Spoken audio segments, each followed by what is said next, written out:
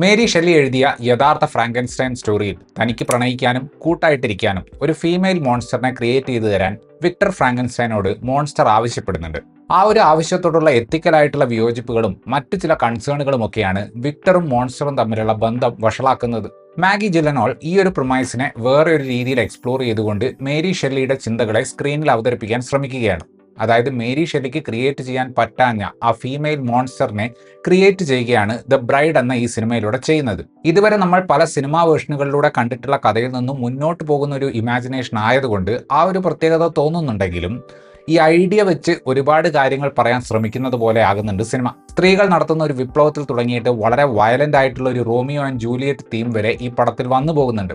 ദിശാബോധം കുറഞ്ഞ type film മേക്കിങ്ങിനെ മികച്ച ഫിലിം മേക്കിംഗ് ആണ് എന്ന് തെറ്റിദ്ധരിക്കുന്ന ഓവർ ഇന്റലക്ച്വലൈസ് ചെയ്തിട്ടുള്ള ഒരു സിനിമയാണ് അവസാനം നമുക്ക് കിട്ടുന്നത്. 20-ാം നൂറ്റാണ്ടിന്റെ തുടക്ക കാലഘട്ടത്തിൽ സെറ്റ് ചെയ്തിട്ടുള്ള കഥയിൽ ഫ്രാങ്കൻസ്റ്റൈൻ്റെ മോൺസ്റ്റർ ആയിട്ടുള്ള ഫ്രാങ്ക് അന്നത്തെ ലോകവുമായിട്ട് ചേർന്ന് ജീവിച്ചു പോകാൻ ശ്രമിക്കുകയാണ്. പക്ഷെ അയാളുടെ വൈരൂപ്യം കാരണം ആരും അയാളെ അങ്ങനെ അടുപ്പിക്കുന്നില്ല. അങ്ങനെ അയാൾ അമേരിക്കയിലേക്ക് പോയി ഡോക്ടർ യൂഫ്രോണിയസിനെ കണ്ടിട്ട് വിക്ടർ ഫ്രാങ്കൻസ്റ്റൈനോട് ആവശ്യപ്പെട്ട അതേ കാര്യം, ഒരു പാർട്ട്ണറിനെ ഉണ്ടാക്കി തരാൻ പറഞ്ഞ സെയിം സംഗതി പറയുന്നു.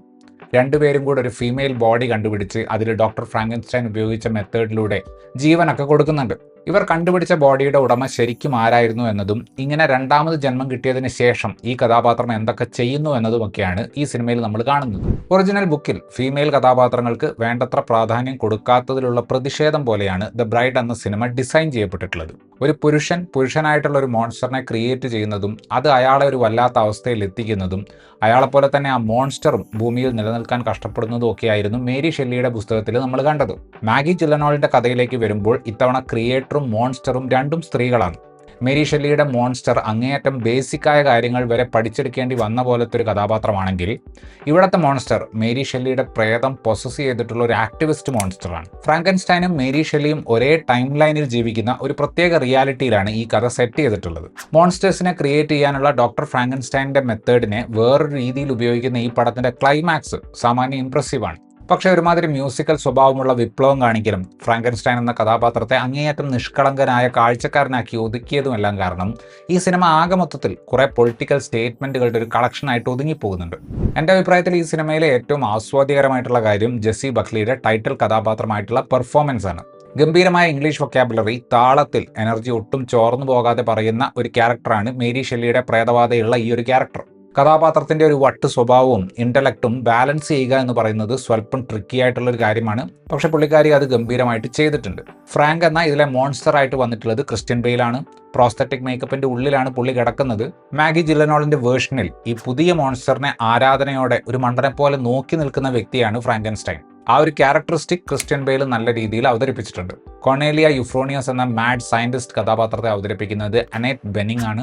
സഹോദരിയുടെ സംവിധാന സംരംഭത്തിൽ റോണി റീഡ് എന്ന ഹോളിവുഡ് ഹീറോ ക്യാരക്ടറായിട്ട് ജേക്ക് ജിലനോൾ വരുന്നുണ്ട്. കുറഞ്ഞ സ്ക്രീൻ ടൈം ഉള്ള ഇമ്പോർട്ടന്റ് കഥാപാത്രങ്ങളായിട്ട് പീറ്റർ സാസ്ഗാർഡും പെനലപ്പെ ക്രൂസും സിനിമയിൽ വരുന്നുണ്ട്. മരണപ്പെട്ട മേരി ഷെല്ലിയുടെ പോയിന്റ് ഓഫ് വ്യൂവിൽ നിന്ന് കഥ പറയുന്ന ഒരു രീതിയാണ് ഈ ഗോത്തിക് സിനിമയ്ക്കുള്ളത്.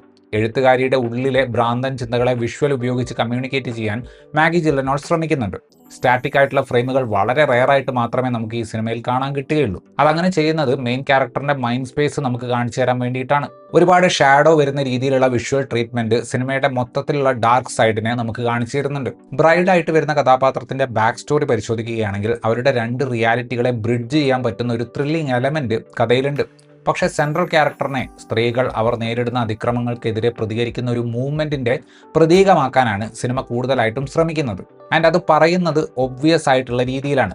രാഷ്ട്രീയം ആ രീതിക്ക് പറഞ്ഞു തുടങ്ങുമ്പോൾ സിനിമയിലുള്ള താല്പര്യം നമുക്ക് കുറയുകയും കഥാപാത്രങ്ങളോട് എംപത്തി തോന്നാനുള്ള ഒരു സ്കോപ്പ് ഇല്ലാതാവുകയും ചെയ്യുന്നു. മേരി ഷെല്ലിയുടെ ഭാഗങ്ങൾ ബ്ലാക്ക് ആൻഡ് വൈറ്റിൽ ടോപ്പ് ലൈറ്റിംഗ് ഉപയോഗിച്ച് കാണിക്കുകയും ഒരു സീനിൽ കേന്ദ്ര കഥാപാത്രങ്ങളെ ഡ്രൈവ് ഇൻ തിയേറ്ററിലെ സ്ക്രീനിൽ കാണിക്കുകയും ഒക്കെ ചെയ്തുകൊണ്ട് പ്രേക്ഷകരുടെ അറ്റൻഷൻ നെറേറ്റീവിൽ നിലനിർത്താൻ മാഗി ജില്ലനോൾ നിരന്തരം ശ്രമിക്കുന്നുണ്ട്. പക്ഷേ ഇതിലെ റൊമാൻസ് തുടങ്ങിക്കഴിഞ്ഞാൽ കഥയിലുള്ള ഒരു എക്സൈറ്റ്മെന്റ് നമുക്ക് നഷ്ടമാവുകയാണ്. വ്യത്യസ്തത എന്ന് പറയുന്നത് തീർച്ചയായിട്ടും ഈ സിനിമയ്ക്ക് അവകാശപ്പെടാവുന്ന ഒന്നാണ്. നമുക്കറിയാവുന്ന ഫ്രാങ്കൻസ്റ്റൈൻ സ്റ്റോറിയിലെ സംഭവ വികാസങ്ങൾക്ക് ശേഷമാണ് ഈ സിനിമയിലെ കഥ നടക്കുന്നത് എന്നത് സിനിമയ്ക്ക് ഒരു പുതുമ കൊടുക്കുന്നുണ്ട്. പക്ഷേ പുതുതായി സൃഷ്ടിച്ച കഥാപാത്രത്തിന് ഉണ്ടാകാൻ സാധ്യതയുള്ള ഡയലമയും എംപതിയും ഒക്കെ എക്സ്പ്ലോർ ചെയ്യുന്നതിന് പകരം ആ ക്യാരക്ടറിനെ വൊക്കാബുലറി കൊണ്ട് അമർഷം രേഖപ്പെടുത്തുന്ന ഒരാളാക്കി മാറ്റുകയാണ് തിരക്കഥ. അതോടുകൂടി സിനിമയ്ക്ക് സട്ടിലിറ്റി നഷ്ടമാവുകയും സ്ത്രീ വിരുദ്ധ സമൂഹത്തിനെതിരെയുള്ള പ്രസംഗത്തിന്റെ ലെവലിലേക്ക് മൊത്തത്തിൽ തിരക്കഥ ചുരുങ്ങുകയും ചെയ്യുന്നു. വിഷ്വൽ ഉപയോഗിച്ച് കഥ പറയാൻ ശ്രമിക്കുന്ന ചില നല്ല മൊമെന്റുകൾ അവിടെയും ഇവിടെയുമായിട്ട് ഉണ്ടെങ്കിലും ആകെ മൊത്തത്തിലുള്ള ഒരു റിസൾട്ട് നിരാശപ്പെടുത്തുന്നതാണ്. ഇത്രയുമായിരുന്നു ഈ സിനിമയെക്കുറിച്ചിട്ടുള്ള എൻ്റെ റിവ്യൂ. വീഡിയോ ഇഷ്ടപ്പെട്ടാൽ ലൈക്ക് ചെയ്യുമെന്നും കൂടുതൽ വീഡിയോകൾക്ക് വേണ്ടി ചാനൽ സബ്സ്ക്രൈബ് ചെയ്യുമെന്നും പ്രതീക്ഷിക്കുന്നു. താങ്ക്